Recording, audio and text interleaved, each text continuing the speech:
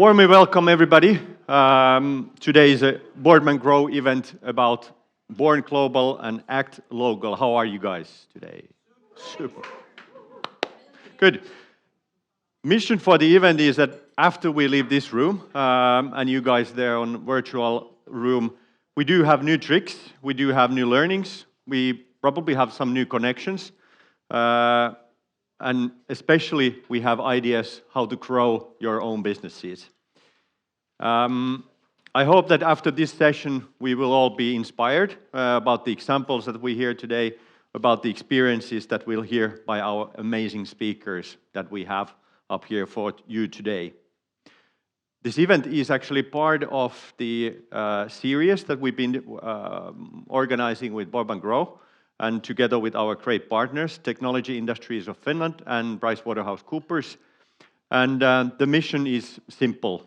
We need to grow together. Today's topic is actually super relevant for all of us. And I think especially for all the growth companies who are looking for potential new markets to grow. And I think today is all about that. And that is one of the reasons why we have chosen such a lineup us today. My name is Samppa Velkuna, and I am a board member at Boardman Grow. And when I'm not hosting these great events, I'm also founder of and CEO of marketing communication agency Superson, which is global. So that's why also I'm super interested about the topic today. And I will be sitting on the front row, probably writing madly notes about what we hear today. A few words about Boardman Grow. Boardman Grow is a network for all growth companies and entrepreneurs who have the will to share and learn from the others. And that's why we are here today also. Our mission is to spread the word, the growth culture, and make sure that our entrepreneurs are not left alone. If you are not a member yet in Boardman Grow, you can go to boardman.fi to find the Boardman Grow link there and apply for a member. I think that makes really a sense. And today, if you have any questions, or if you want to share something on social media, so please use the Boardman Grow hashtag, so we will see all the other wise words that you have been sharing with your people. We will have amazing speakers, as said, and we also have some speed networking today, so be careful with that one. That's the most difficult part for me today. And but that also is for our virtual guests over there. And also let's try to save some time for questions. I think we have such a great topics today, so we have a few questions always after the session. And I will be looking on my pad to see if any questions from virtual room. So please write down there if you have any comments or questions. Without further ado, I would like to kickstart this event. And actually one more thing. After the event, we will have some time to continue the discussions. We have prepared a rose garden for you guys for some bubbly or a class or two. And unfortunately, this is only for the members, for the people who are here, so not for you guys there in virtual, but you can get your bubbly from your own fridge, if you will. And thanks a lot for Innovation Home. It looks great here. Thanks a lot for hosting us here. That's great, and hopefully see you all soon again here. But hey, let's kickstart the event. Our first speaker is truly a global person. Siamäk Naghian is currently a CEO of Genelec since 2011. He moved to Finland to study already in 1986, and he holds a Master's of Science in Tech and Doctor of Science in Tech, all from the Aalto University. I think it was Helsinki University at that time. In 2018, Siamäk was named the Enterprise Executor of the Year in Finland and Alumni of the Year at Aalto University School of Electrical Engineering in 2020. And prior to joining Genelec, he worked for a long time at Nokia in various positions, such as R&D, business development, and leadership. But today, we will hear Siamäk talking about how to build an international dream team for Genelec. So, welcome.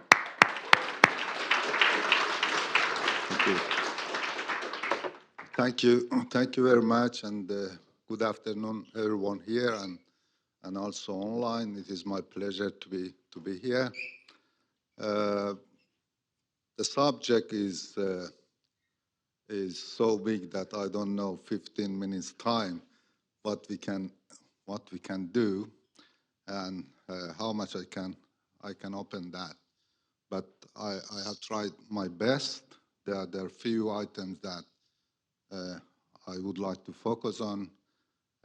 When you look at a global company like Genelec, basically the company is operating everywhere. We have distributors in about 100 countries. We have daughter company in US, in China, in Japan, and also we have people here and there. So in Nordic countries, we are taking care of the distribution, marketing, sales by own people, and we have large dealer networks.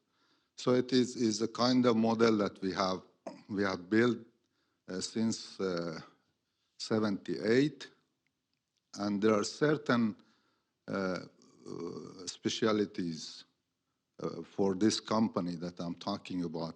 One is that for 45 years, it has been leading the development in the professional audio side, and that is something very, very interesting. Personally, I'm very curious about that because it is always so that you can come up with disruptive technology or solution, whatever it is, and then you can lead the area where you are for some years, but how to maintain that for a long time, that is very, very special.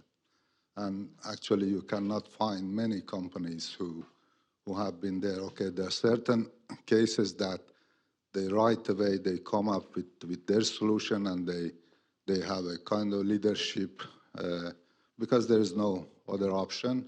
But as we know, innovation nowadays doesn't have a long time, which is, in a sense, is a very good thing because it means that there are many who can develop things and who are developing things. But then, when you approach this kind of company, you can approach from the innovation, from how to lead the innovation, how to maintain that. You can approach from the trends in the market, technology, behavior of people.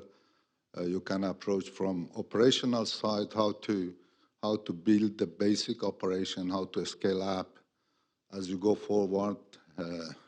But I have focused on people and the culture, because at the end of the day, I think and I believe that that is the foundation for the rest of things that you can and you have to develop. But that is basically the most critical part, and especially for a company like us, offering the best solution for those people with whom we are working on. And I think at the end of the day, it is about how those people that are working or are trying to develop the solution, how they keep their energy in a way that they can continuously learn.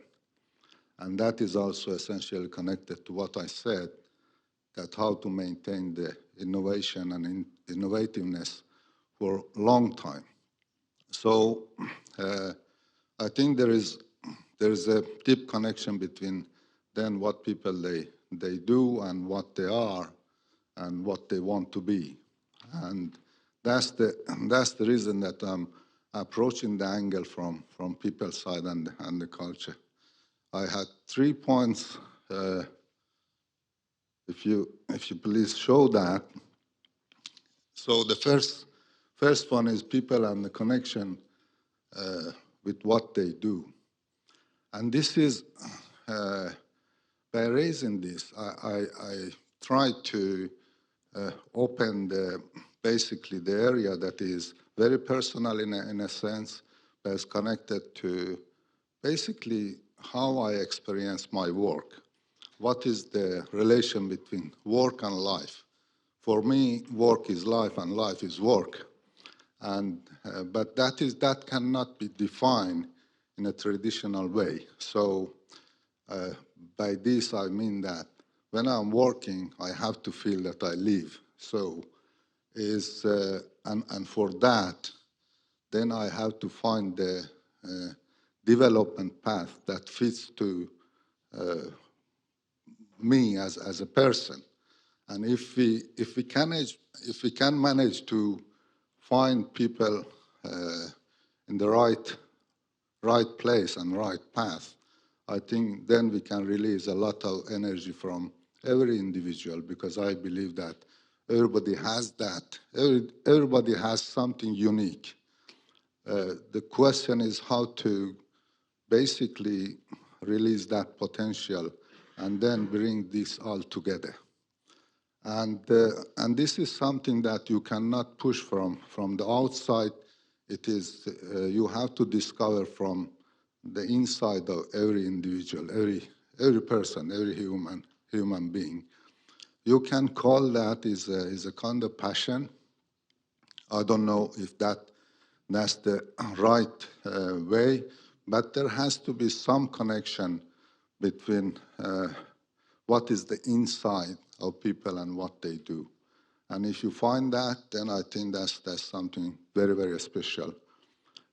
Some years ago, I was interviewing a new person, and then I was talking that, okay, what kind of expectation we could have and what kind of expectation you have. And at some point I said that, okay, this is something that I have learned, that in this kind of situation, my job is I try my best to describe the reality where you are coming, and it is then your responsibility to basically make the right decision and listen to the, in Finnish we say that the internal sound that you have, which is a very, very good way of describing that. And at the end of that discussion, she said that, okay, what is your expectation? I said that nothing else. The only expectation that I have is that you listen to your heart.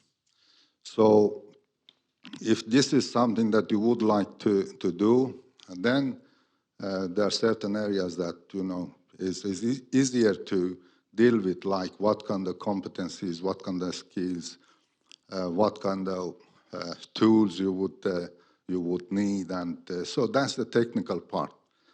And that's the reason that I put here as number one thing, that what is the relation between the person, the human being, and the work that she or he does.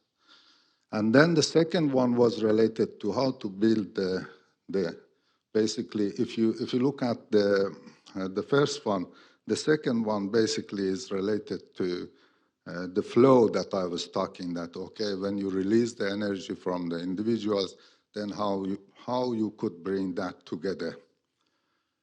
And there are different kind of things that now here you can look at. We know that when you look at the innovation side, diversity is very, very essential part of that. But diversity as such doesn't necessarily lead to innovation. So you have to do a lot of work, and I have been trying to describe that as a kind of how to create the harmony in the diversity, because otherwise diversity very easily gets to conflicts in the worst case. So how to build the harmony based on diversity. And then when we look at diversity, basically it is about the starting point is that I believe that every individual is different. So basically it's not about what is the color that we have, or this kind of, you know, the appearance is one part of the way that we see the world.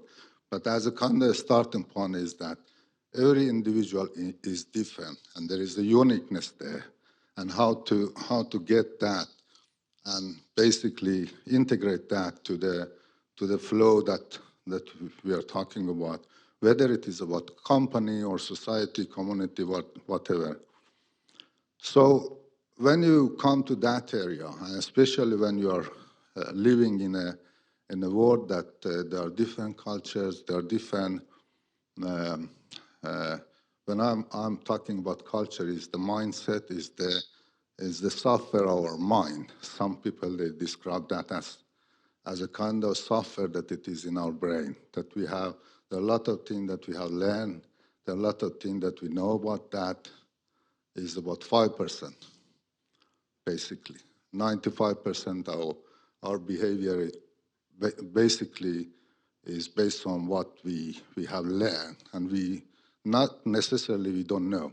So now when you move from, for example, US to Far East, I have so many times I have faced this kind of situation that how people they react, how people they behave, and then is, for me, I have learned from very early phase of my life that I enjoy that, you are dealing with different situations. People have different approach to the same issue from different angles.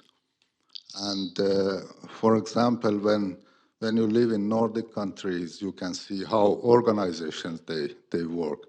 The hierarchical culture or the hierarchy of the culture is much lower. And when you go to Far East, suddenly it changed so much.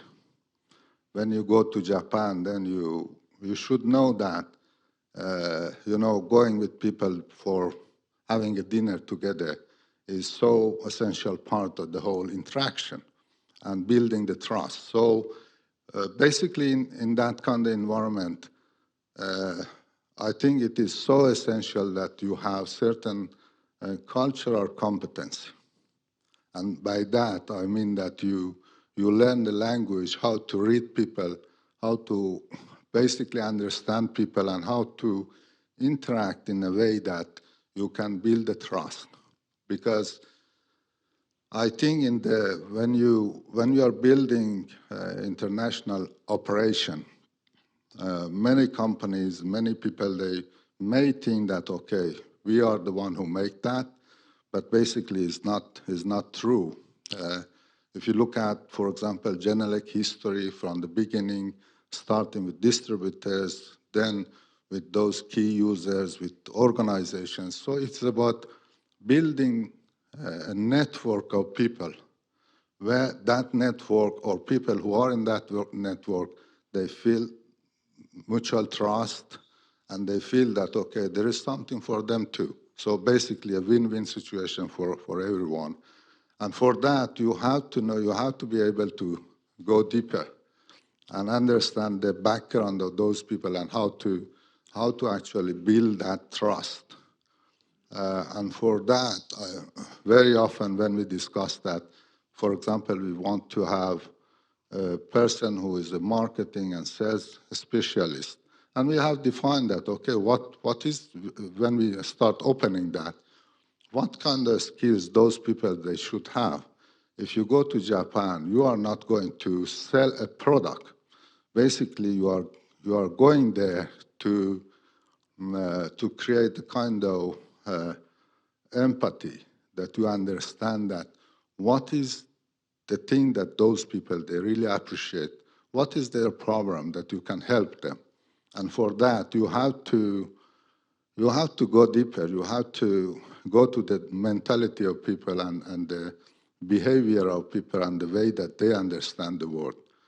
And it's a similar thing that if you come to Finland, if somebody comes to Finland, you have to go deeper. You have to understand that, okay, what is, for example, the meaning of sauna here? So it is not only about having a shower or something like that. It's part of the culture. You have to feel that. It's actually part of the trust building. So, basically, the last one is about communication, and by communication, I mean interaction. So the interaction with people from different backgrounds, from different culture, from different starting points.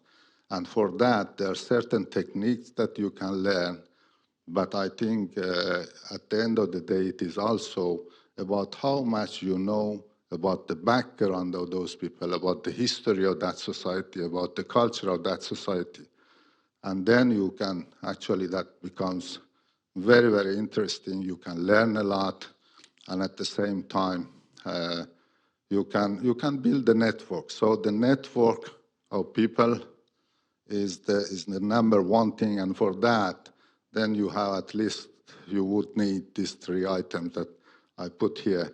So after that, thinking about how to build the logistic globally, how to build the operational thing, how to build a strategy, how to build the rest of thing that you would need to develop the company is something that those people, they will do for you. So it is about defining then the framework, what you want to do, what is the direction, and then those people who are deeply committed to what they do, and there is a purpose for them, and everybody understands that purpose, and there's a fit between individual purposes and the company, then basically you have a real capital then, which is not in your balance sheet, but you have it for a long time. That was my summary.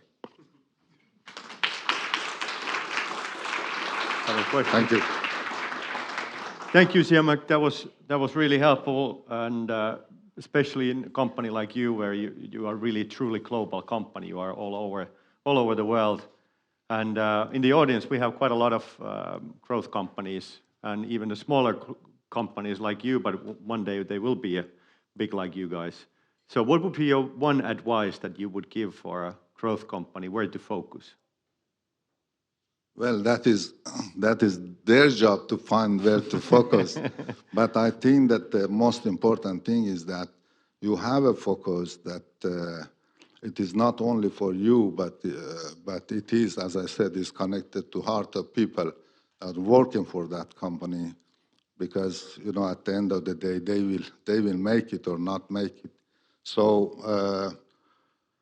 I think we have to somehow find a way to what is meaningful for those individual people, and then bring them together and define the framework. We have done a lot of work related to this kind of cultural framework, what kind of elements we have related to the company heritage, quality, made in Finland, design, premium, these are the elements in that framework, and of course the company values, sustainability, and so on. But I think where they should focus, I can give some, I can share a feedback from my colleague. Many years ago, when we started building that, in China we started, doing some activities already 35 years ago. But 2005, we established our subsidiary there, because we realized that, okay, it's developing and we have to be there. And we started building the team. And then I tried a lot. In China, it was, and it's very, very typical even now, that after 2 years, people, they leave, and then you have to start from the beginning again, and that's a very difficult situation. And then I found a Finnish lady, who was living there for a long time, and I said that, I'm getting tired. I hire people, and after some time, they are not there. And she said that, but remember, if you find the right people and build a team in China, then that will be very, very strong. And then in 2011, we managed to find right people, and we built that team. And right now, I can say that that's one of the best audio professional team globally in terms of how they do the job.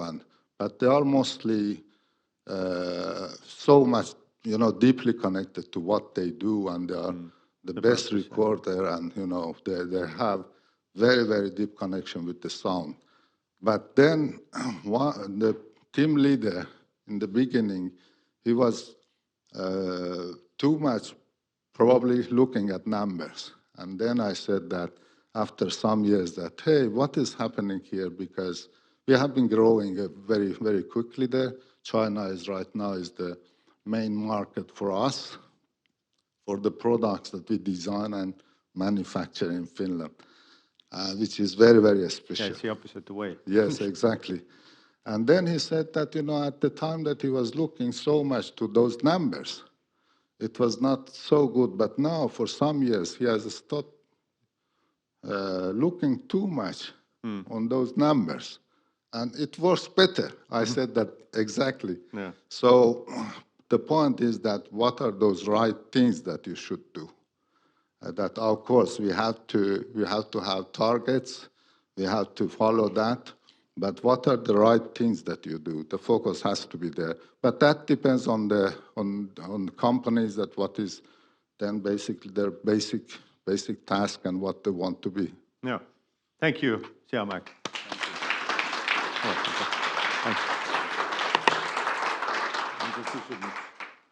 Any questions for Siamäk? If not, he will be here with us after the session. So. Okay, our next speaker is Evon Blomstedt. She's a battle-hardened, as she says this by herself. I'm not giving these orders. But she's also a battle-hardened entrepreneur and the founder of HUONE. Originally from Malaysia, she has lived in Finland since 2005. And HUONE offers businesses a platform for high-quality events and interactions. Today, HUONE operates in 3 countries, Finland, Singapore, and Denmark.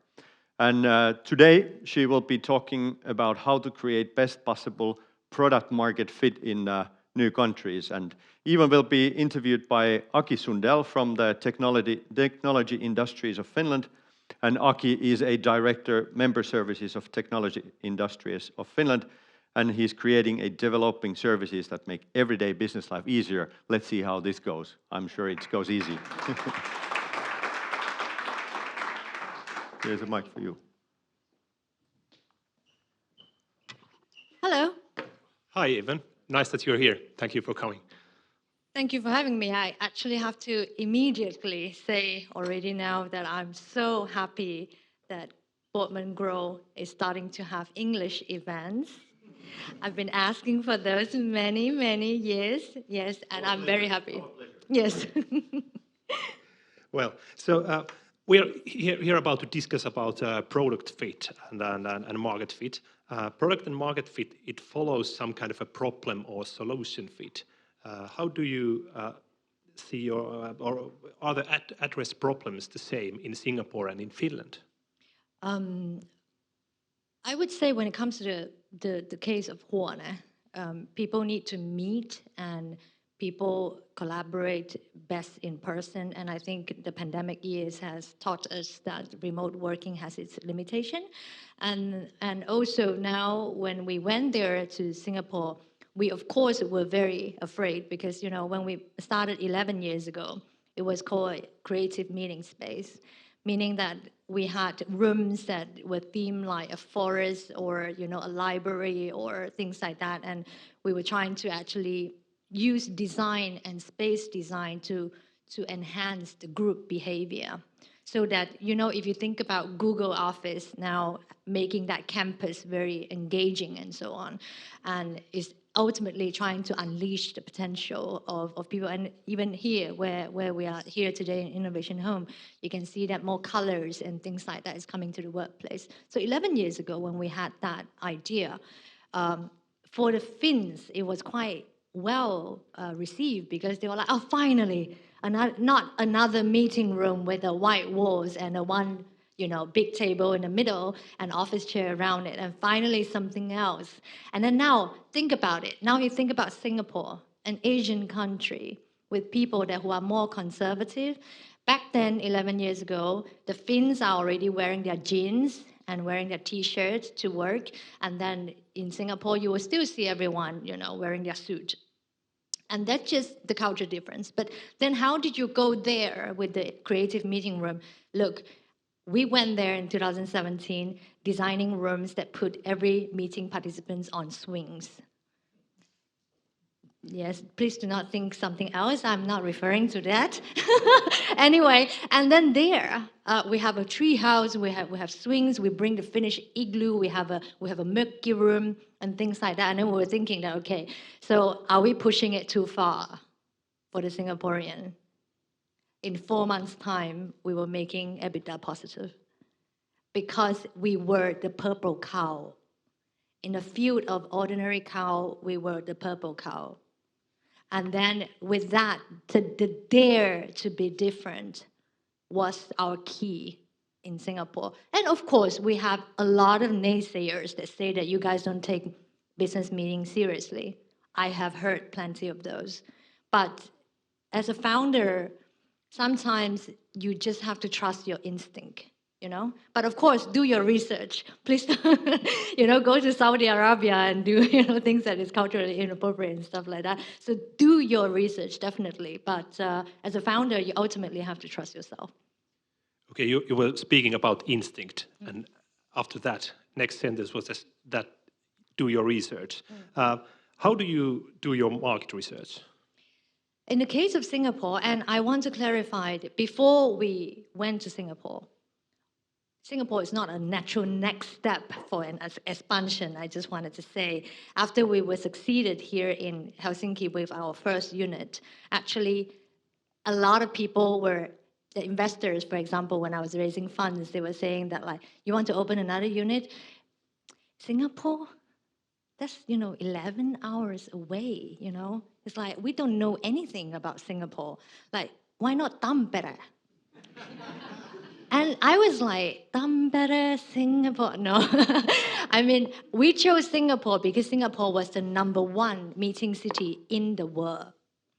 We thought that what worked in Helsinki may not work elsewhere. So if we want to capture the global opportunity, we must go to the one place that is the most competed, but also demand is the highest. That's where you will be either eaten alive or actually find your true color, your true value. So we went to Singapore, did it doing our research, and we actually go there and conduct focus group study for a whole week. We invited actually a lot of different organization level, from the gatekeepers like secretaries and such that actually research for the event places and meeting places to the decision makers. And I actually hid in a room with a mirror that they didn't know that I was watching them, but I was watching them behind. And when they were actually criticizing my baby, they were being asked questions like, if HUONE, this kind of a concept would come to Finland, how would come to Singapore, how would you take it? And I sat in that market research for 5 days in a row, 2 hours, and trust me, I almost want to cry listening to people criticizing my baby because they had no idea I was listening. But also, I had the absolute truth. And another thing that I really encourage to do is that live there yourself for a while. And don't live in a 5-star hotel, or a 4-star hotel, whatever hotels that you prefer, but live there like a local. So I did actually rent Airbnb apartment and live in the neighborhood and then try to take that subway, and then go to the grocery store and then try to see how people get to work. Do they use an Uber? No, they use a Grab. And do they go use bicycle at all? Such a warm country, why don't they use the bicycle and exercise more? No, they don't use bicycle. Taxi is so cheap that they rather actually not own a car because owning a car is like, a luxury there in Singapore. So there was a lot of that I really think that in order to actually relate to your client, you need to live like your client. And that's what we did in Singapore. Fascinating. So you were not doing any kind of desktop study, or you were like living your life there in Singapore. I did. That's a true story. I did plenty of Googling. I did that as well. But of course, those are just, that's research. At the end, you really need to go there to answer. And many might actually wonder that, since I'm originally from Malaysia, it should be quite easy, for me to relate to the Singaporean. I want to say, and this is completely inappropriate for me to say that, but I'm like a banana. I've lived here for 20 years. I may look yellow on the outside, but I'm white on the inside in a way, like I'm westernized. So whatever I think I could relate to them, I could not. For one, when I went there, people didn't want to talk to me. They wanted to talk to my white husband. And I'm talking only about 8 years ago, where when I travel there and then actually meet with the landlords and looking for spaces and things like that, they are wondering that, didn't you say that you have a kid? And I'm like, yeah, my son is 3 years old. If you are here, who is taking care of your kid? His other parent who has equal responsibility. So there is so much of that culture differences that actually have a knockoff effect of many things that you need to consider in terms of customer journey and buying decision and who make decision in that hierarchy. And those were things that is so subtle that you will not be able to see unless you put yourself out there. So I think that is definitely something that you can't do it behind a computer, no. Yeah. Well, after all, you did a boot camp there, and you learned your lessons. So you already mentioned that you went there to test that it might appear so that what works in Finland doesn't work in Singapore, but it's a great boot camp.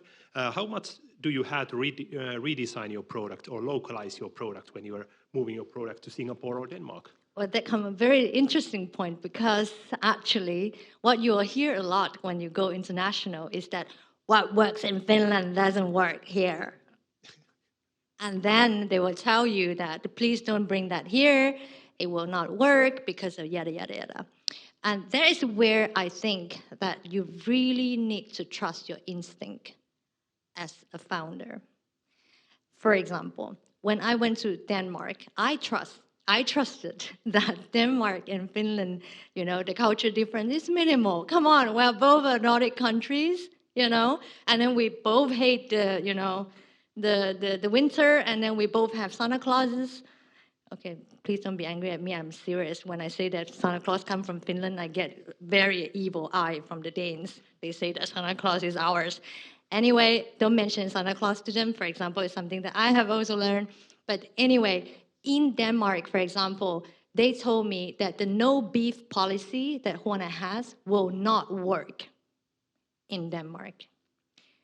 We have been, ever since we established, I have personally stand behind the no beef policy for environmental reason, because we want to be a responsible company. I couldn't afford to, plant plenty of trees and, buy the organic stuff. But I think that the one thing I could do is that the one meal that people eat in HUONE maybe doesn't have to be beef. And then maybe instead of cow's milk, it could be, the oat milk and some other alternative, and introduce, the meat alternative also in our menu to be part of, the responsibility movement of HUONE. So they love meat in Denmark, and they have their cold cuts, and then they have their open sandwiches, and that is all they want every day. And then when I say no beef, the CEO say that, the local CEO there, a Dane, say to me that we will lose customer. If our sales don't hit the target, because they cannot, the men doesn't get their beef from HUONE, and then please do not blame me. So I cave in. Like a person who doubted myself, I cave in. The first 2 months, I let them serve beef. Yes, I know I should have been, more strong about this, but I did not. And they served beef for two months. And after that, I just became very uneasy, because it is my mission to be a responsible business. I'm jeopardizing the identity of my company. So I said to them that, nope, you know what? Let's test it for a month and let's see how many customers we're going to lose. The answer is 0. We did not lose any customer. And then guess what? Now, ever since then, we have not served beef anywhere. And business still doing fine. After the pandemic, that is. Okay. So that's one of your cores that that you want to be responsible. But what is the real core, the core that remains the same, whatever is the market in your concept of HUONE? No more boring meetings. Okay. And I think now the more we blend life and work together, I think people really, and the next generation, myself included, I'm a millennial, by the way. I just wanted to say that as many times as it stick, because, and we definitely want to do things that is purposeful and do things that we care about, and everyone feel like, you wake up in the morning, enjoy what you are doing. So I want that for everybody. And again, there is nothing that beats when you put a bunch of people together in a creative meeting space, and that sparks and that idea storming and that workshop.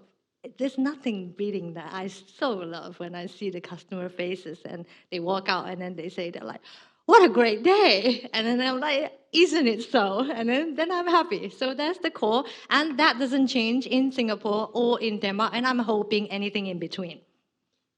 But if it's not beef, something must be different in different markets. Yes. I've been to Singapore. My wife used to study there. Okay.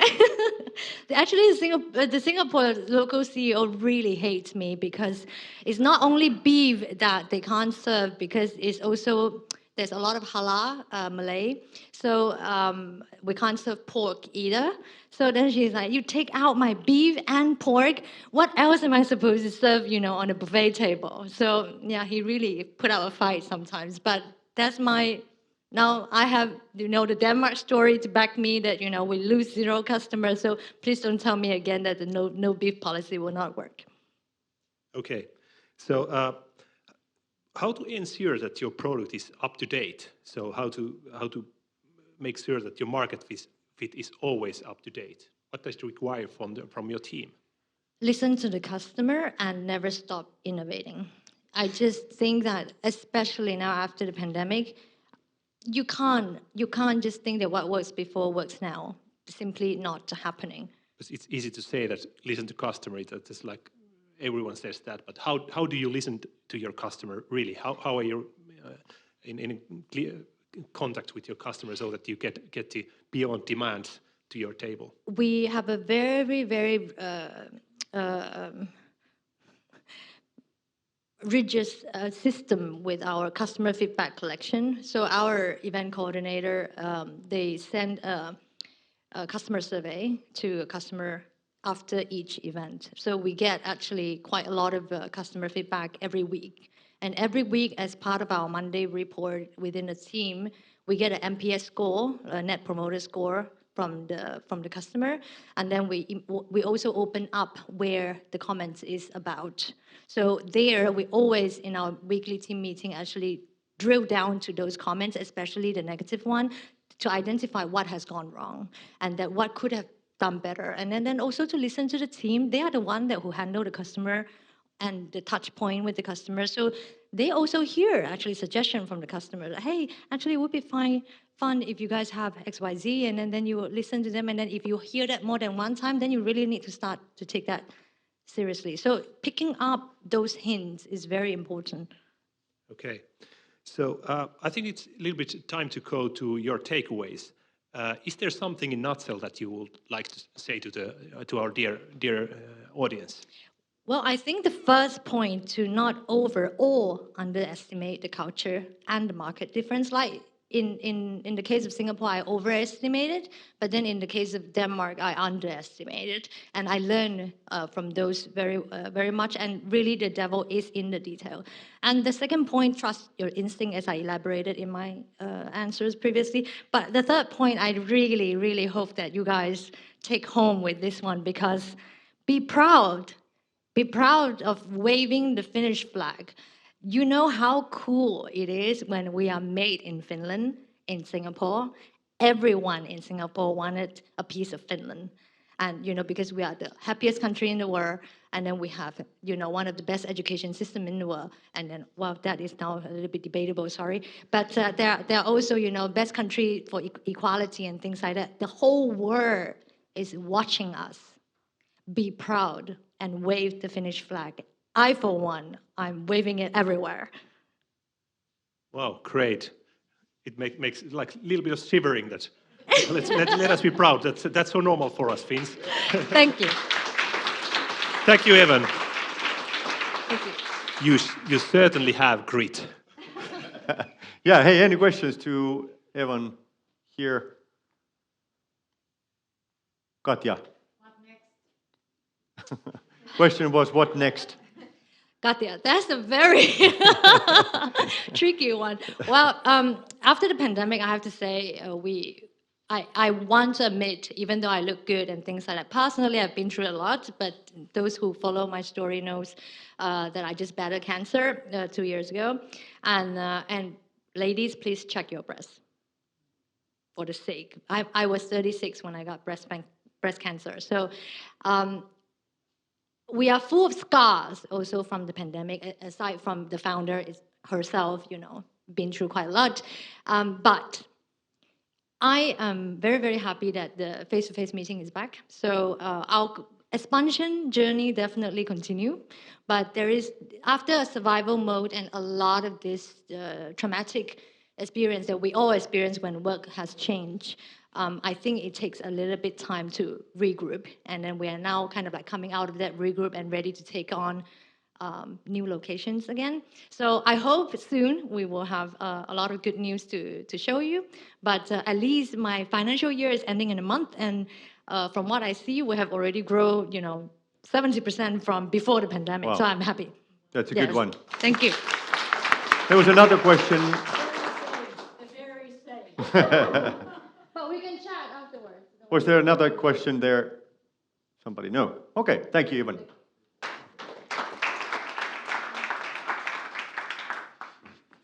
Multitasking. All right, the next speaker we will have is Mr. Dirk Hofmann from Germany. Dirk is one of the 3 founders of DAIN Studios and serves as the CEO of DAIN Studios Germany. The name DAIN actually stands for Digital, AI and Insights, and offers AI and data consultancy, execution, product development and data trainings. He leads efforts in defining and driving transformation, change management, and educational strategy and implementation programs for clients. But today, actually, he is focusing why on earth he opened 2 companies in 2 countries at the same time. And about that and topics around the culture fit will be discussed with our Boardman Grow board member Kirsti Laasio. And Kirsti is also a CEO of a global omni-gym company, which is revolutionizing the traditional gym experience. So this will be a very energetic talk. Welcome, Kirsti and Dirk.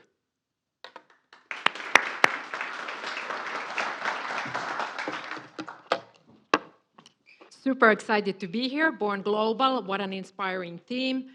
I think it's really interesting to hear your story. Why on earth establishing like 2 companies in 2 different locations at the same time? Like Born Global, that's like how quite many of us like growth entrepreneurs or growth company leaders know that if you want to succeed globally, you need to have a certain kind of attitude and build that attitude in your company. But let's go into your story, 2 locations at the same time. How do you make that work? Yeah, I think, first of all, great to be here. I think the starting point maybe was even with 3 founders, 2 Finns, me as German. I think we have built this internationality or have been grown and lived that internationality before with Nokia. I was before with Siemens and so on. So I would almost say that it was a bit in this DNA that you can't just be in one country. So that was maybe the first thing. But I think the second topic was also that we 3 knew each other very well. And while we are different from personality, I think that's actually also, when we talk about culture, an important one. So there was this ultimate trust that we knew that we can do that with kind of working on, you could say, two countries at the same time, because we were trusting each other. And I think that is maybe also the foundation that, and I would say the core that is possible to do so. And that would be also something, I think, doing it again, and we did it actually last year with opening an office in in Austria. And you might say that Austria and Germany is almost the same. I think it's not. Especially the Austrians. I learned now that the Austrians see that very different than we German. But I think it was, again, that we had a person where we three believed in, and we felt like, okay, it's not about we need to control every point, but I think that she kind of carries on the same passion, the same kind of belief into the business, and I think that was the same when we started, and I think that's the core, because then it's not about, you don't need to kind of regulate everything and so on, because it's kind of in the DNA, and that makes it so much easier, and also just from amount of work makes it possible to do so. So obviously that helps that you guys knew each other. But like, if you think about like establishing a company again, like 2 locations at the same time, do you think it would be possible, like with people you wouldn't know? Is it harder, or what are the challenges you would estimate that would come up? I would say it is harder, because obviously there's this, you could say, you might share the same vision, but of course there is always, I think, and it's, I would say in any of the relations, the real proof point is if you have challenges and so on, and I think that's something which I think I would say is in the core, that there's this ultimate trust behind, and that's something, of course, I would also claim now when we talk about culture, and I think there was also a bit the question about the difference between German and Finns. I think I would claim there is this kind of, you need to earn your trust. It's not like you kind of, I think you get an upfront credit. I would say that's always what I enjoyed when I lived in Finland, that kind of you get received with openness, but then you need to prove in that sense. So if you just do kind of talk bullshit, I think somebody will tell you that you're talking bullshit. And I think that's important. And I think that's something which I think I embraced when I learned kind of in that sense moving back to Germany, that I felt like this is something important, and I think it's also very much in the core of DAIN, that this underlying trust, that there's a common interest, something unites us from a content, from the vision, what we do in the area of data and AI, and then there's the trust that we all aim for the best result, and even in challenging situation, I think we aim for the same, and that makes it easier in that sense to work. And also, I think with the amount of work you have to do when opening a company in a country, and I need to say, opening a company in Germany is much more complicated than in Finland. So and that means there's challenging situations. It's maybe you want to do it as similar as possible, but then there's the kind of the unity behind that. You know how to work with each other. Yeah, as usually when we establish companies, we actually take one location and then we expand from there. And now you have the situation when you've kind of like expanded or kind of like founded the company in 2 locations. And when establishing this kind of company, you build a company culture. So how do you ensure that you have kind of like a common company culture, common values, how to make sure that they are embraced by both of the locations, especially when they're growing at the same time? Is there any tips or your observations? Yeah, I think for maybe as a starting point for us, it was always about this understanding that we are one company. So there's not DAIN Studios Germany and DAIN Studios Austria and Finland, but that we are acting as one company. And that was also reflected in the location, in that sense, that we have offices, but as such the offices don't play a very strong role in that only these people are talking to each other. I think that was the starting point. That means for us, it was always a part of our DNA to be kind of united, and location kind of had a very limited kind of factor. And I would also say now we have roughly, I think, 20 plus nationalities, so not only German and Finns, so we're also quite international, especially I think in both countries. And I think for us the core belief was always that this is part of our culture in that sense. So it doesn't matter where you come from, it doesn't matter which location you are, but for us, and I think it was also mentioned a bit earlier before, is this. I think we developed also as a team this trust formula, and for us it actually has this kind of 3 elements. It's one, is credibility. So I think we really, as founders, but also as a team, we really value content. So we are interested and curious about all the knowledge that people have. So we have a quite diverse kind of team with their background in data, but also in other fields. I think the second topic was and is about reliability. And I would say that also means not only kind of you say the right things and you know what to do, but you also kind of keep your promise. And I think that's equally important. And again, this is something which I would say brings both nations. So from a core culture, I would say I think brings us together. And again, something I learned when living here is that if a Finn says he will do this and that, it's happening. And I think that also is consoling, and it makes also life easier, and also makes collaboration much easier. And then the third one, which is an interesting one, and actually we did this in one of the team offsites, and it created a bit of confusion in the organization because it was called intimacy.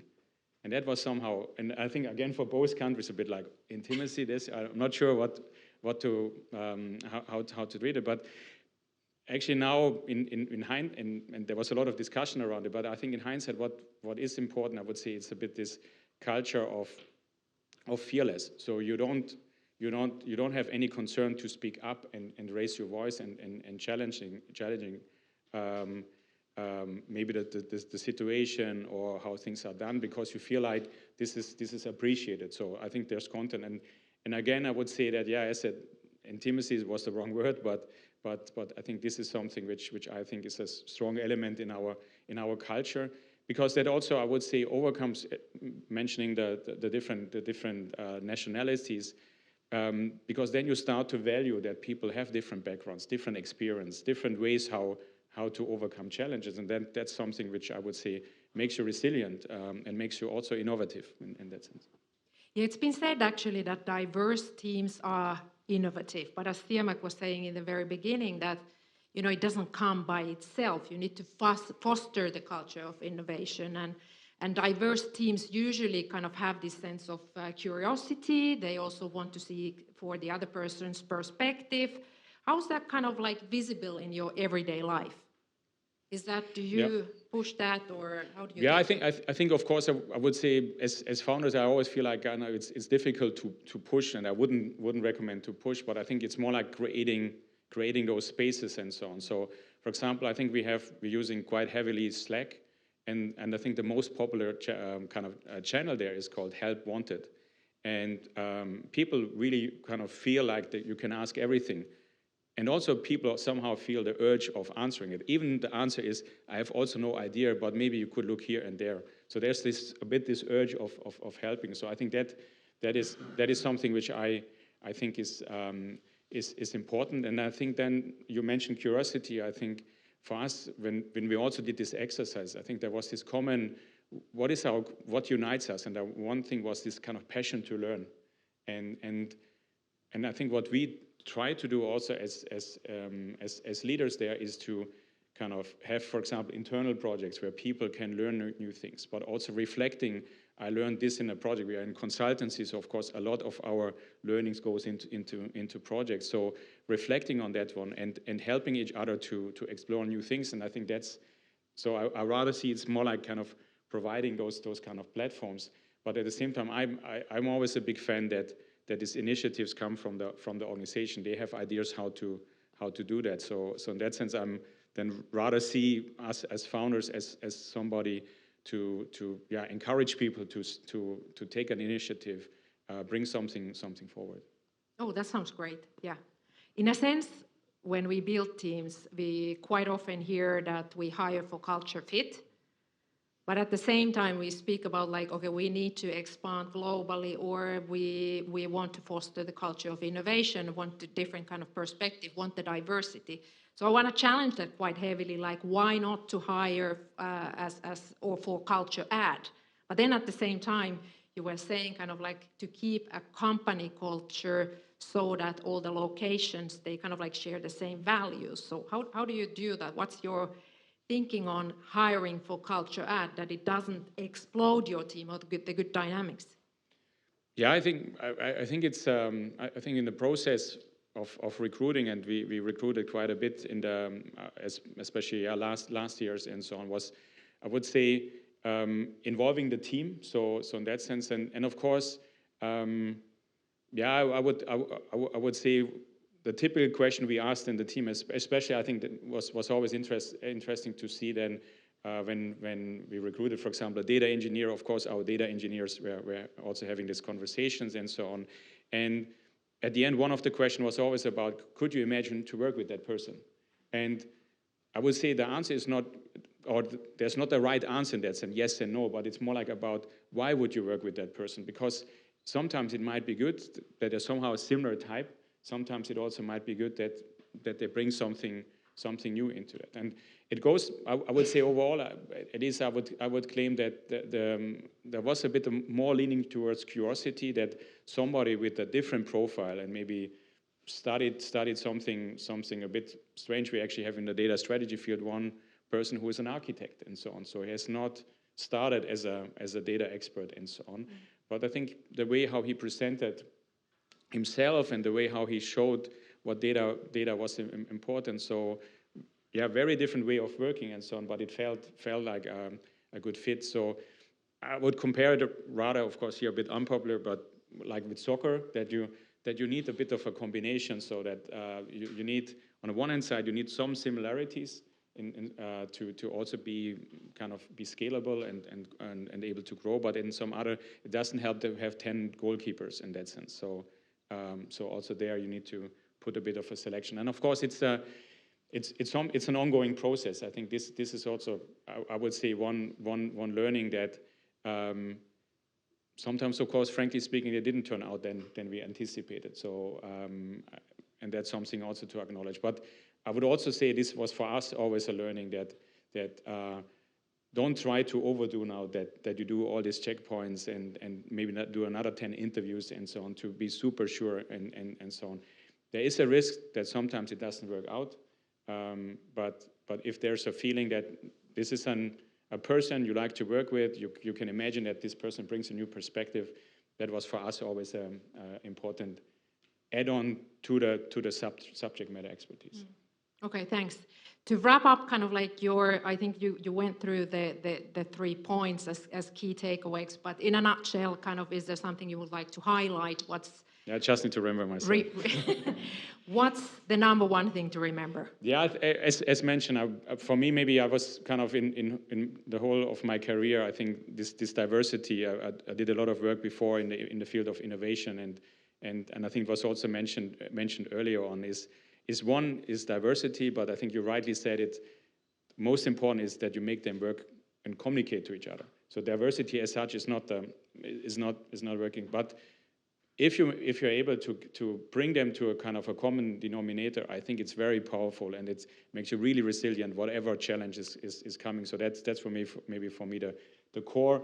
And the second topic I mentioned already, I don't see us leaders as you know, kind of defining all the rules, but rather providing platforms and providing kind of ways how people can do that. Which, of course, the bad news is it makes it more complicated, because sometimes maybe you think this is a platform and people don't believe into it, or they don't see that this is fitting. So it's also a bit of a try and error. And yeah, the last one is more like related to the German Finnish. I think at least I always felt like kind of there's a fit. You were saying that about the sauna. I think there's a big difference in sauna, maybe between Germany and Finland, especially Austria, even more important. So yeah, you're not used to sauna meister. So if you want to hear about this one, kind of exactly. So there, some people did some vacation in Austria or in Germany. So it is a bit of a different era. But I think if you think professionally, I would claim there's it's very easy to work with each other. I think, and maybe the beginning is a bit kind of, because both sides are a bit looking into, can I trust that person? Does this person deliver? But at least I would claim, if once this connection has been built, it's a very strong one, and also kind of easily survive any bigger challenges. Super. Thanks, Dirk, very much. Any questions?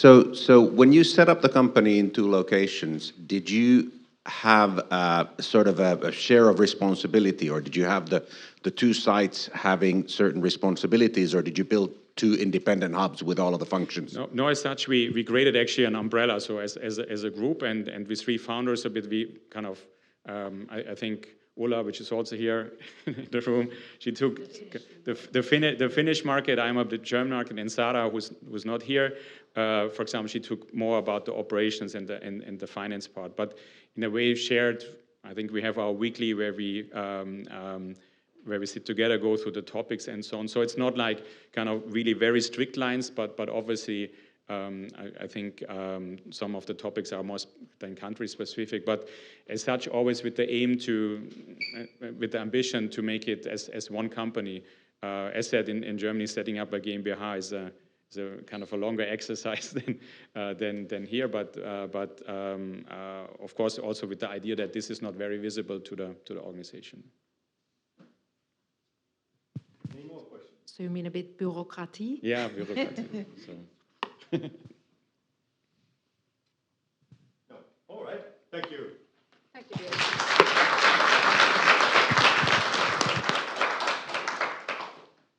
Yeah, so part of the Boardman Grow network we've been organizing together with our partners, PwC and Technology Industries of Finland, sparring groups around different topics. And these are super useful for entrepreneurs to jump into confidential roundtable talks, and there's always a pre-chosen topics.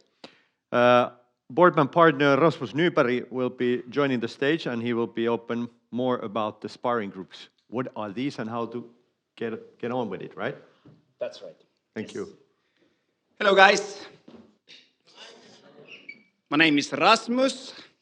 Okay. Bye-bye, Pasi. Yeah, so... yeah, exactly. I've been a part of the Boardman Grow network for, I think, 6 years. And I've been part of the board for about 5 years. And the main reason that I wanted to join was to build a network of like-minded people. And Boardman Grow sort of actually did that for me. I was a digital startup founder at the time. And partly the reason was also that it's sort of at the core of what Boardman Grow is doing. So the membership of Boardman Grow is like persons. It's not companies, it's persons. It's growth leaders and growth entrepreneurs that want to sort of have a personal network where they can share experiences. So there are always things that you have a hard time talking about with your board or with your partners or with your employees. So you might want to just like spread your wisdom and gain the wisdom of people that are at the same place or have been in the same place as you are right now earlier. So to capitalize on that, we have the sort of the Boardman Grow membership, but we also wanted to take that one step further. So as a part of this program, we also started sparring groups. And there's like, as you can see, there's 7 of them running. Actually, there's 8 of them running because the SaaS companies are actually 2 groups. The thing is that we want to have a kind of, we meet about once or twice in 2 months. So it's a monthly or bi-monthly thing. And what we want to do is we have a subject, but then we share experiences. We might have somebody that actually sort of starts the discussion off with something, but we share experiences. That's the main thing. So I'm the moderator of internationalization of SaaS companies. And what we really do is I just ask somebody to start. So they have like a 15-minute introduction on a subject, and then we talk about that, different experiences. So we've been talking about recruitment, we've been talking about board work, we've been talking about all this stuff. So it is a very good way of sharing experience, learning from each other, and trying to get support from also people in the same situation. But what I want to talk about specifically right now is that we are starting 2 new groups. And you are very welcome to join these if you are working in a growth company as a leader, or if you are a growth entrepreneur starting the company yourself. The first one is focused on how to do board work in growth companies. So there's a phase where usually the person who is starting the company or the people who are starting the company, they actually move a bit further away from the operational and they start to try and get more out of the board. Tommy is sort of the grandfather of board work in Finland. He's written books about it. And this team is sort of gonna sit down and think about, okay, so I have something going on with the board, but let's try and make that to the next level. So you can actually talk about how to get real experience and real benefits out of your board work.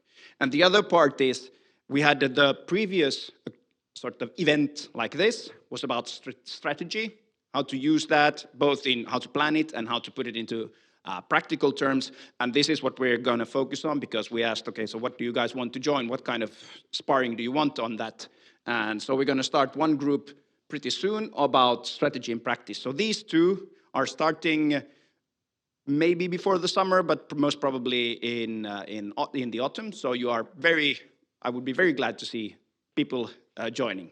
Go ahead. Is it redundant to ask the question that if it is in English?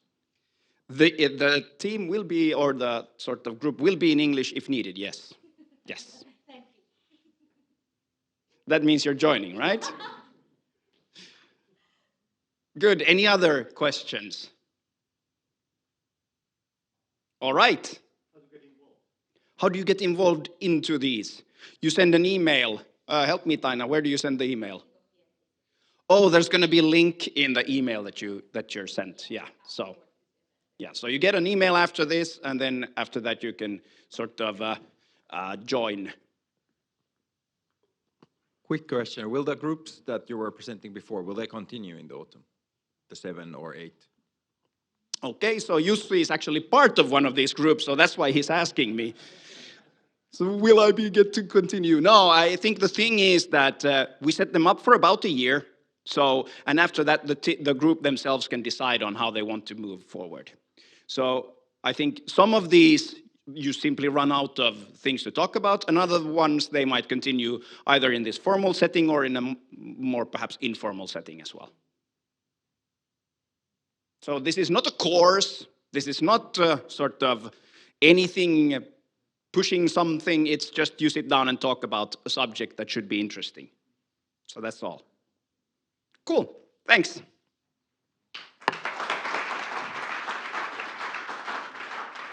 Thank you, Rasmus. What a lively discussion. That's always great to hear. I hope you had some fruitful discussions during the break. Is there anybody who wants to wrap up a little bit your talks during the break? If not, I will say some of you, Elias. we have a mic somewhere. No. Just any thoughts on from your behalf? Born global, act local. Yeah. What should I say? What do you think about Jukka?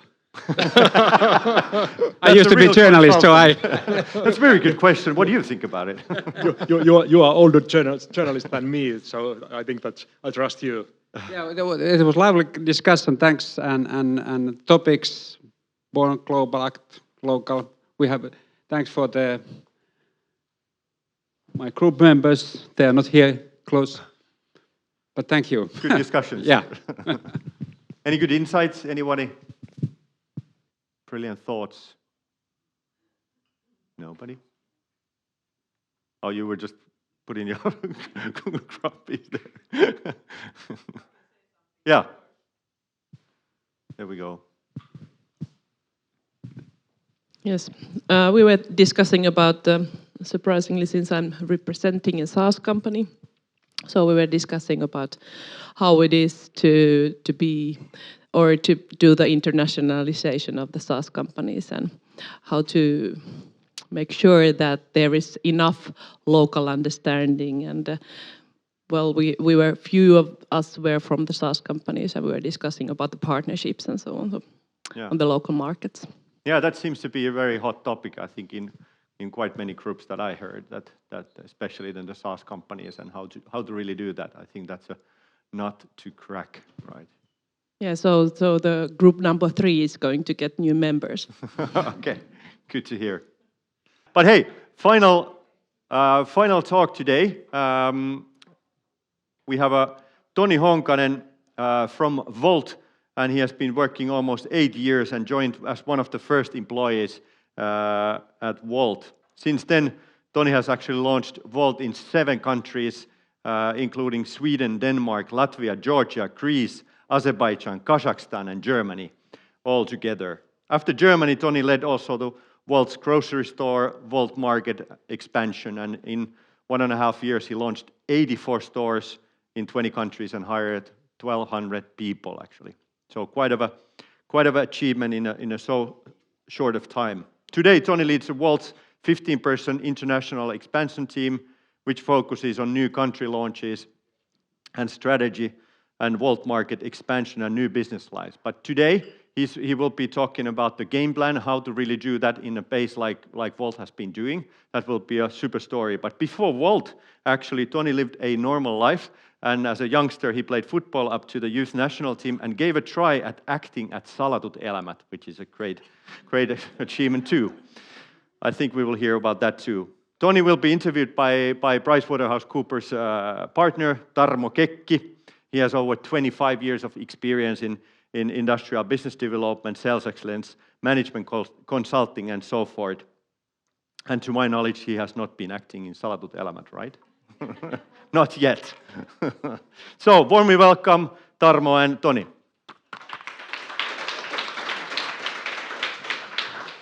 Thank you. I actually had no idea that the Salatut Elämät part will be mentioned here when I was asked for the intro. But I was also asked to come up with a funny story to get your attention, and I was thinking hardly about it. But as Sampa mentioned, I spent some time in Sweden, which was our first country. Spent half a year there, so we had to come up with our first sort of marketing launch strategy, and we thought it's a great idea to have sort of a pepper mill spraying pepper over Stockholm, as if like a food delivery company launched there, and we again thought it's a great idea. But the next day after we launched, Aftonbladet, so the biggest news media, writes an article on saying a Finnish dildo company launches in Helsinki. So it turns out that pepper mill was blue and looked like the dildo. So lesson learned that always have outside perspective before launching marketing campaigns. So yeah, that was a story to try to get your attention. Yeah, I think we got your attention, that's for sure. So I'm the wannabe actor. I think that's best describing me. And then it's hard to know what is true, what is storytelling now on this onwards with this introduction. I think that there's a nice logic. The Genelec sounded great. This company is tasting good. So you have made a great international growth. Toni, what do you say? What's the kind of what are the ingredients behind the growth and the success? Hard question, but I think just the fact that so first of all, Wolt food delivery is a super high volume, low margin business. And we're from Finland, or Helsinki, which is probably the worst possible city for food delivery. So high labor costs, very sparse population density.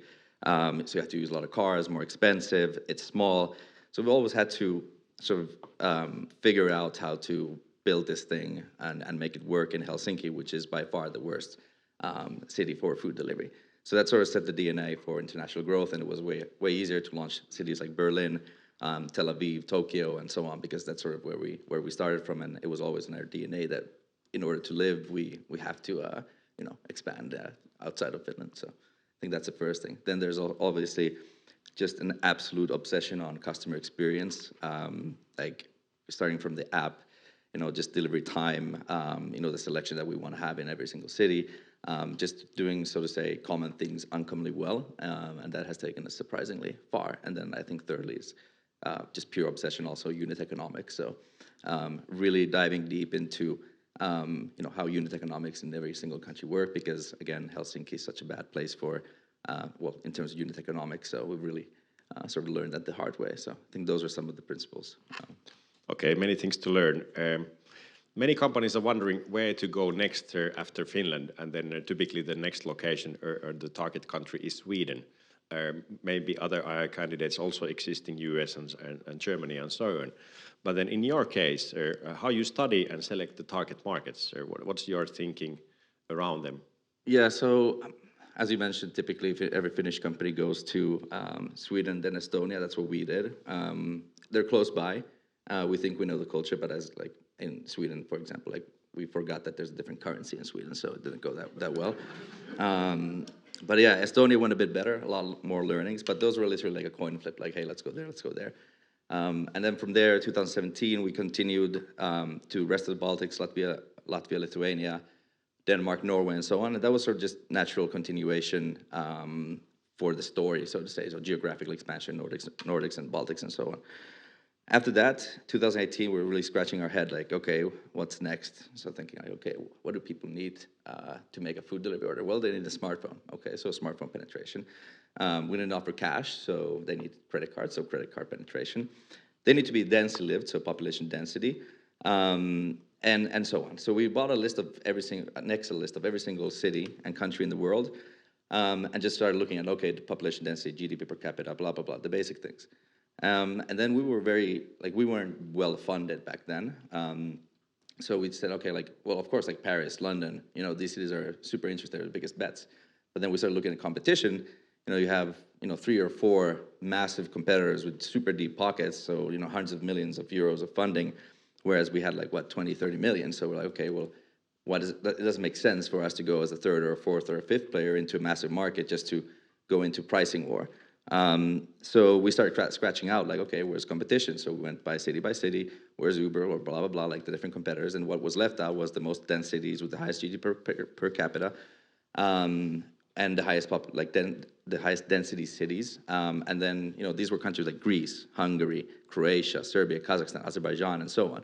I think it was like 20 countries that we had on that list. And we just sort of, split the list, flipped a coin, who goes where, and then we went off and did some market research. And market research meaning like when we do desktop research, like that's, you can have a hypothesis, like there's no competition, unit economics, they look great, but you really don't know, like, okay, how does the market look like? So then we, schedule a trip to these countries, do a physical green light trip, what we call them. And we literally go to restaurants, we talk with the restaurants, hey, like, how does competition work? How do you, like, what's your commission? What's your average order value? What could Wolt bring more? We go to spaces like this, co-working spaces, talk with early adopters, the customers, like, hey, here's the app. How does this look? What do you think? We order food with other competitor apps or Domino's Pizza, talk with the couriers, like, hey, what's good? How much do you earn? Like, what's, would Wolt work here? How does the courier community look? And so on. And then ultimately come to a conclusion of like, okay, unit economics, look X, Y, and Z, which is how we sort of prioritize the business size of a market. And then ultimately answer the question, is there demand for Wolt in this country? Did you evaluate Singapore at some point? Yeah, we did, but like you said, Grab. They're a company with GMV, but no revenue, so they have a lot of, they have deep pockets, but of course there's 3 other companies there as well. But ultimately, I don't think it's, whether we do these big markets and big countries, I think it's just a question of when. In this kind of industry, like there's, consolidation, rationalization, and so on. So we're just sort of preparing for bigger and bigger bets. So it's not like a question of, whether we do them at all. So you've been living in Germany for some time.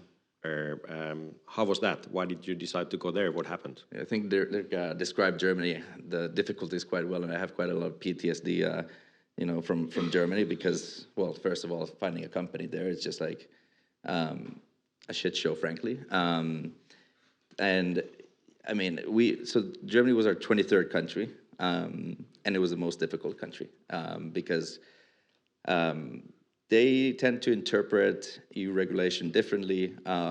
We had to rebuild our entire payments methods or payment sort of back end. We had to change our entire operating model. We had to use different courier model. I mean, in terms of competition, the market made a lot of sense. There was only one player with a monopoly there. Other competitors failed for various reasons, but we saw it as an opportunity.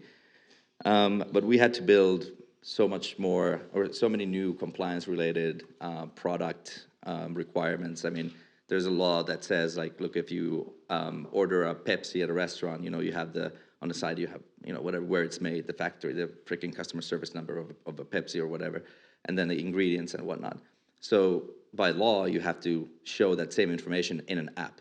So we were there like, okay, we're 2 months into launching, but we have to like build this entire feature. So we went back to our product team and said, look, we need this.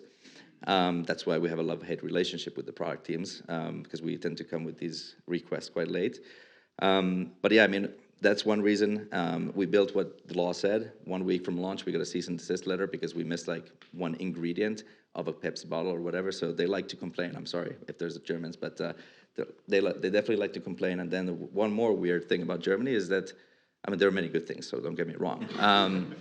But I think like this sort of hierarchical work culture where titles matter a lot. That's why you see a lot of like LinkedIn, like people have doctor and they have, it's a bit of a show off, to be frank. So we had to come up with a bunch of new titles for people. It's like, hey, like I'm currently marketing manager. I need VP. I'm like, what the fuck? Sorry about it. Like it was just so it was so frustrating to just like, hey, I'll join your company if you give me a nice title. So. It's also a sign of like not being a culture fit necessarily, but yeah. Yeah, it's like I might conclude that you have some thinking a bit with Seppo Räty, very famous javelin thrower from Finland. So take a look at what Seppo says on the internet. But then back to business from Seppo.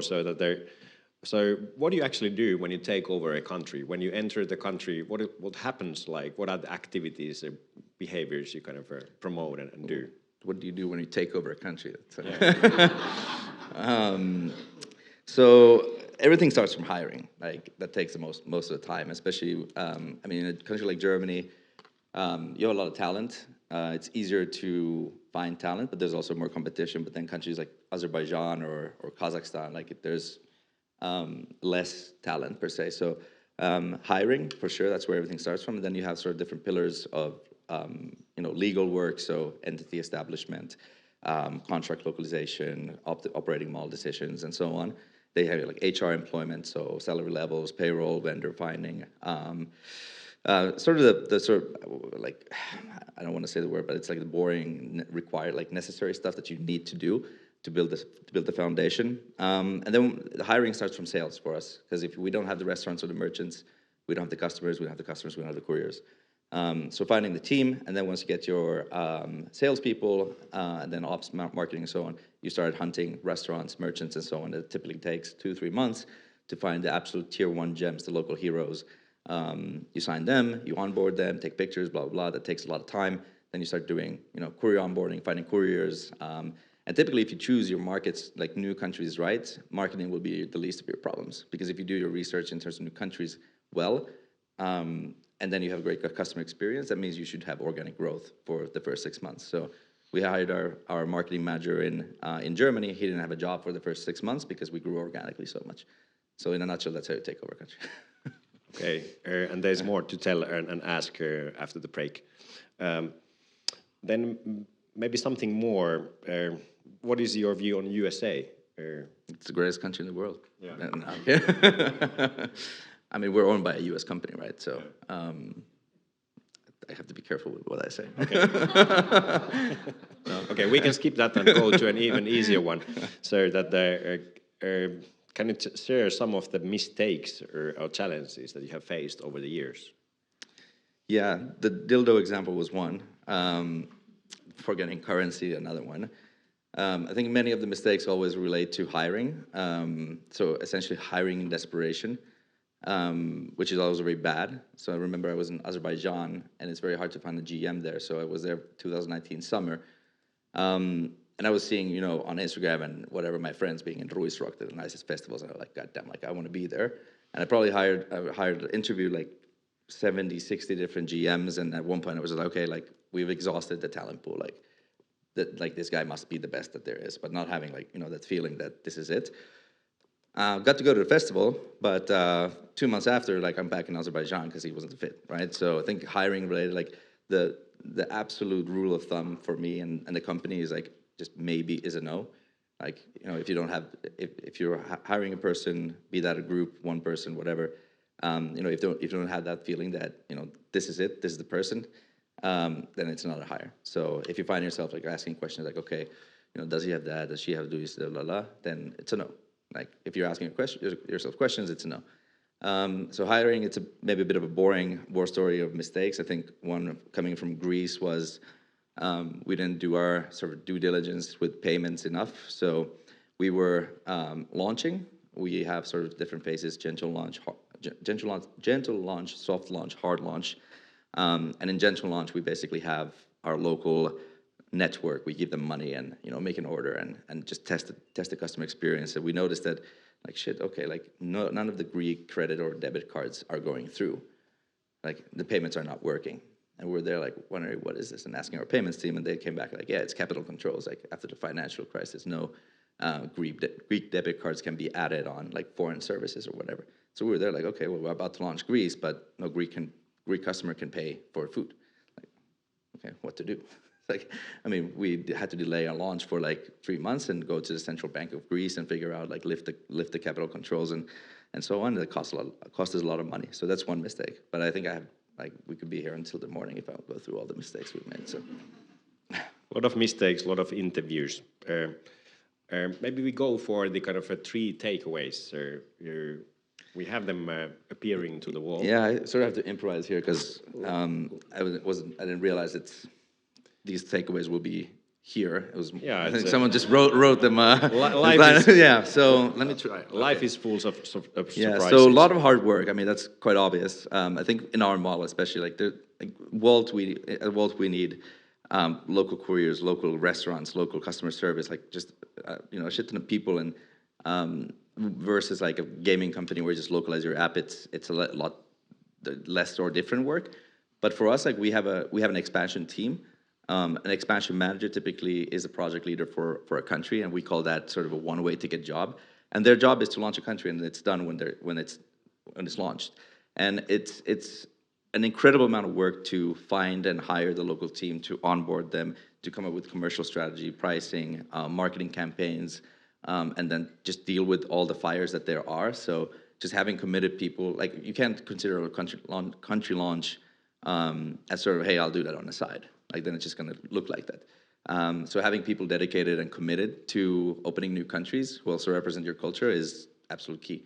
Then spending time on the ground that sort of follows that. But I mean, for us, it's just like our absolute goal is to feel like a local app. You go to Tel Aviv, for example, Israel, like people don't know that it's finished because everything is just so localized. Like like in terms of the marketing campaigns, in terms of the selection of restaurants, like it's not about having like McDonald's or KFCs that everyone know. It's about having the stuff that if you have a foreign friend here, like what's the best restaurant that you're gonna recommend? Like you said, Kotkot, right? That's not a national QSR. So spending time on the ground, really understanding like what are the local gems that the local people love. And then customer service, like, in Germany, for example, we have, customer service that speak the dialect of the Berlin and then, Bavaria, whatever. So people really, really, really, really get the best service. And yeah, I mean, you can't get that done without spending time on the ground. But also for the research phase, like don't decide on a country necessarily before going there. And then doing unscalable things. I know this might be a bit counterintuitive, but I think like not optimizing for something that you don't have, so scale is quite important. And in our example, this means, when we launch, like if we have too many orders, not enough couriers, like I will go on a bike and do deliveries, right? If we see an order being messed up, or order being delivered to like a maternity hospital, what is it, Kätilö, midwife place, whatever. If we see that delivery going there, like we're like getting flowers, tell the couriers to go get flowers and take flowers with the delivery. If we have a restaurant that needs help on a Sunday evening to get onboarded, like we're going to go there. When I was looking for salespeople in a few other countries, like it was super hard to find, like get people, like find them on LinkedIn. So I went to hotels and asked for the concierge. And when the concierge asked, how can I help you? I said, look, I want to hire you. Because concierges are social animals and they have a lot of, network and contacts. So these things, extremely important. So doing unscalable things, especially in new countries, that for the first half a year, at some point, you can't, when you have 1 million orders, you can't do all of this stuff, but Was the concierge available for help? Yeah, we hired a few concierges, okay. Yeah. Yeah. So I can read between the lines, and you mentioned it already very directly, that the customer kind of satisfaction and experience is very vital on you. How satisfied your customers actually are? You tell me. Any insight on that one? I mean, we exist, so they have to be fairly happy. I think we measure just retention, which is the ultimate measure for customer satisfaction. Do they return to the app, right? I don't know if I answered your question. But It's a good answer. We basically could turn into questions that the audience might even have. So we have covered many things. As you can see, we could be talking here many weeks, still more. Is there a question from the audience that you are ready to share and ask? Okay, there's one. If you have a mic, I can walk the mic, so no worries. I have it here.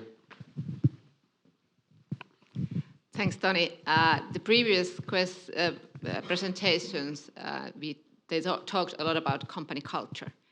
And you just described the biggest hardships you've had in recruiting people all over the world.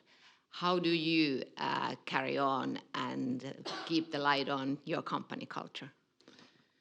I'm obviously a bit biased to answer this question because I am in the expansion team, but I think the most important job of our team in expansion is what we call cultural injection. I know it's a bit cheesy, but basically it means in the expansion team, we have about 10, 15 people who are the absolute representation of Wolt and the culture.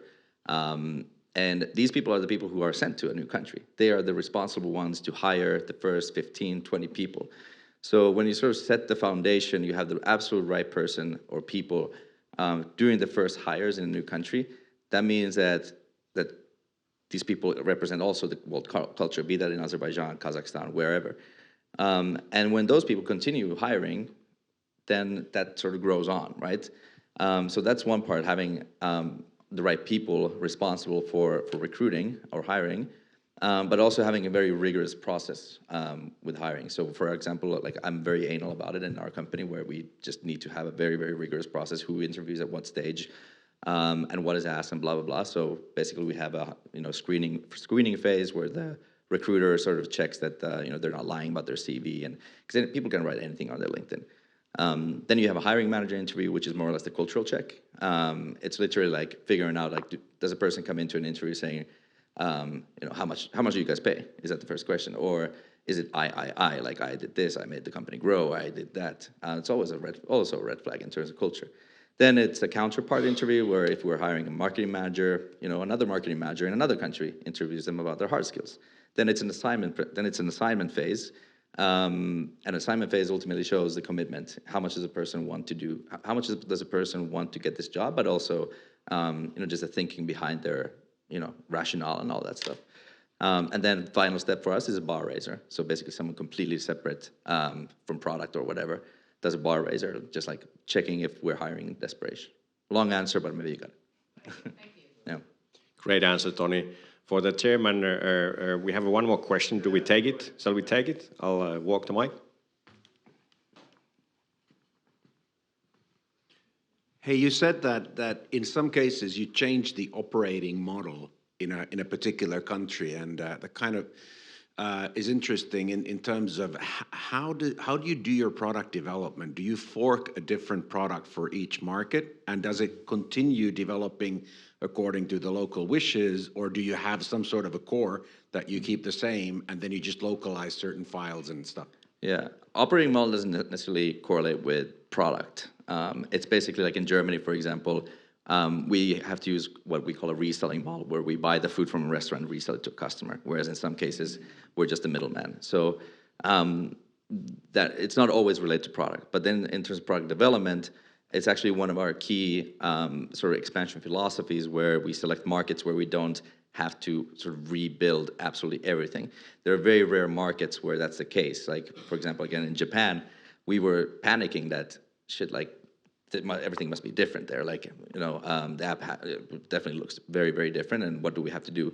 So we basically, we looked at Airbnb, Uber, the biggest Western companies. How do they operate in Japan? Not different, just localization. So we don't have to change product. It's more or less copy-paste, which is our expansion philosophy. But if you go like South Korea, for example, they don't use Google Maps. They don't use local Western payment methods. So you basically have to rebuild more or less absolutely everything in terms of product. So that's sort of been also our fundamental decision factor in new markets, that we don't have to build new in terms of consumer product. But then there's compliance-related things that we have to build separately for every single country. Many thanks, sir. For the audience, I recommend ordering more.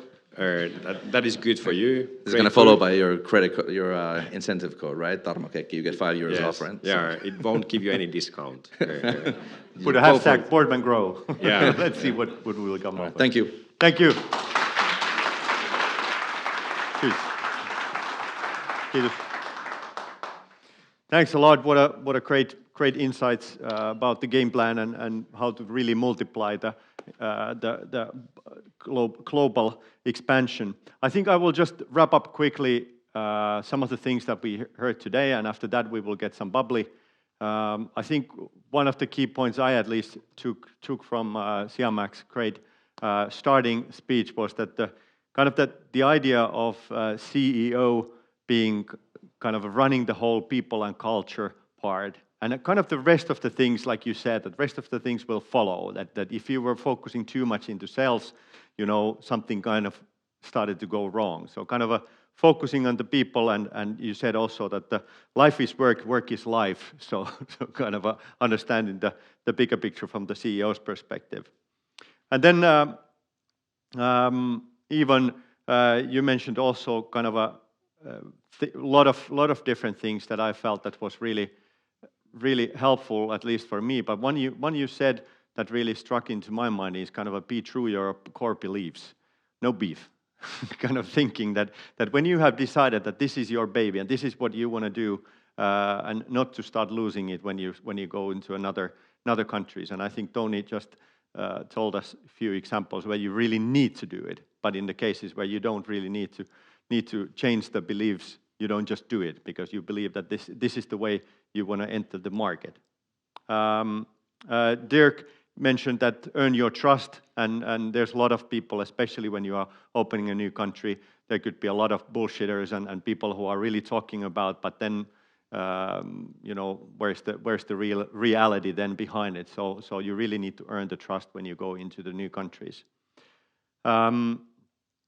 Tony mentioned also that when you are entering the new country, the hiring is the first step, but also that the maybe is no. I think for me at least that was really kind of that I took it that if you start really figuring out would this be a right fit, and then if you are maybe too much maybes, then you understand that okay, it's a no-go.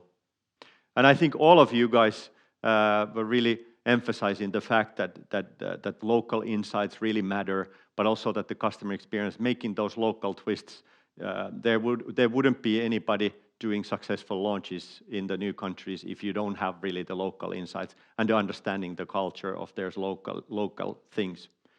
There was just a few things, and we will share the insights, also the comments with everybody after this session. And finally, I would like to thank you, all of you who participated in the event, both in virtually and here in physically. It was really nice to see the lively discussions and good insights that we were able to gather. And I hope, as our target was, that we will get some new tricks and some new thoughts and some new inspirations, at least if you would raise your hand if you get at least one of those things. Good. We hit at least one of our targets today. And another hand raiser who wants to get some bubbly. Some drinks outside in the rose garden. It's sunny shining, so we're ready for that. So thanks a lot for everybody.